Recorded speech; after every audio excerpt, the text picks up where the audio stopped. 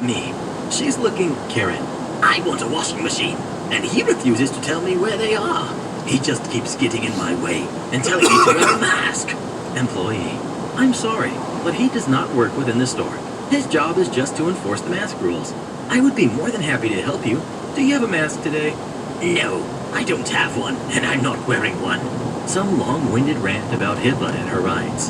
Employee.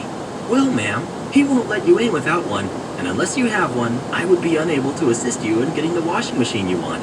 Karen. I've had enough. Get me your manager, now. Employee then gets on her walkie and radios for a manager to come up. Manager. Hello, how are you doing today? I'm doing horrible. Your employees are useless, refuse to help me, and won't even let me in the store. I demand you fire them both. Manager. I'm sorry, but he, pointing to me, is not an employee here. We hired his company to enforce mask policies. Karen. I've already told you, I won't wear one. Now, fire these people and help me get my washing machine. At this point, she is escalating more and more and is getting very close to the manager, which triggers my training. Normally, I'm not allowed to go hands-on.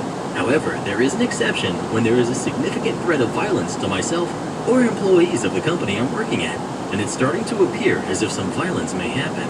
Me. Ma'am, I'm going to need you to calm down and please back away from the manager. We don't want any physical contact. I'm not talking to you. You're about to be fired anyway. You might as well go home already. Manager. He's not going to be fired. He's doing his job. And I would be more than happy to take you to our washing machines, but you need to get a mask first. Another 5-minute argument, during which I'm forced to stand between the manager and Karen, as she is getting more and more aggressive. The manager took this chance to motion for an employee to call the police. Manager. At this point, I'm going to have to ask you to leave. I won't have you yelling at our security or refusing to follow our policies. Karen. I'm not leaving until you fire this jerk, and I get my washing machine. And get out of my way. Don't you know it's rude to get between two people talking? Manager. He's doing his job, making sure nothing happens. We have called the cops. Leave now. About 5 minutes later, the cops arrive, with Karen screaming that we assaulted her, when all she wanted to do was get a washing machine. And even after the police reviewed the camera footage, she held to her story. As they attempted to trespass her from the store, she swung at me and luckily missed. That, however, was enough for her to leave the store in handcuffs. I'm not sure why she thought I was an employee. My uniform is gray and black with a bright red logo, and the store's uniform is a lot of blues and greens. But all's well that ends well, with Karen in the back of a police car. Have you seen anybody lose it over having to wear a mask or not? And if so, what store was it in? Please let us know.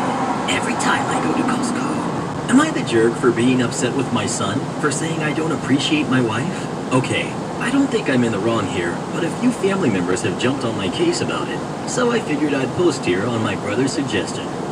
I, 40, male, have a son I'll call Jake, 17, and a daughter I'll call Annie, who's 15.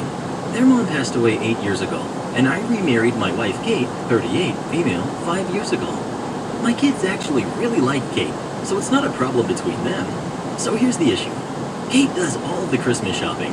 I'm very busy, as I work a lot of hours usually. Kate works full-time, but less hours, so she also does the majority of the house stuff. The last few years, I haven't gotten Kate anything for Christmas. It just doesn't occur to me since she does all the shopping. She mentioned before that it hurts her feelings, and I always apologize, but it isn't something I really think about, so it ends up happening again. I saw Jake wrapping a gift yesterday and asked who it was for, assuming it was for a friend. He said that he and Annie had pooled some money together and gotten Kate a gift for Christmas this year. I told him that was sweet, but they shouldn't waste their money on gifts for adults. He got upset at that and told me that it wasn't wasting money, that he and Annie just wanted to show her some appreciation since I don't. I said Kate shouldn't be telling him these things, and if she had a problem, she needed to deal with me directly. But Jake cut me off and said Kate never said a word, but they had eyes.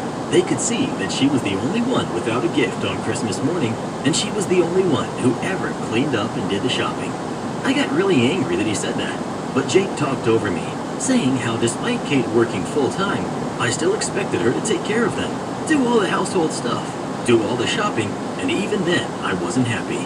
I always found something to complain about. Said that even though I knew it hurt her to be discarded, even though she's the one who put in all the work, I still couldn't do something as simple as buy something off Amazon or stop by the store and pick out a card. It wasn't like Kate was high maintenance.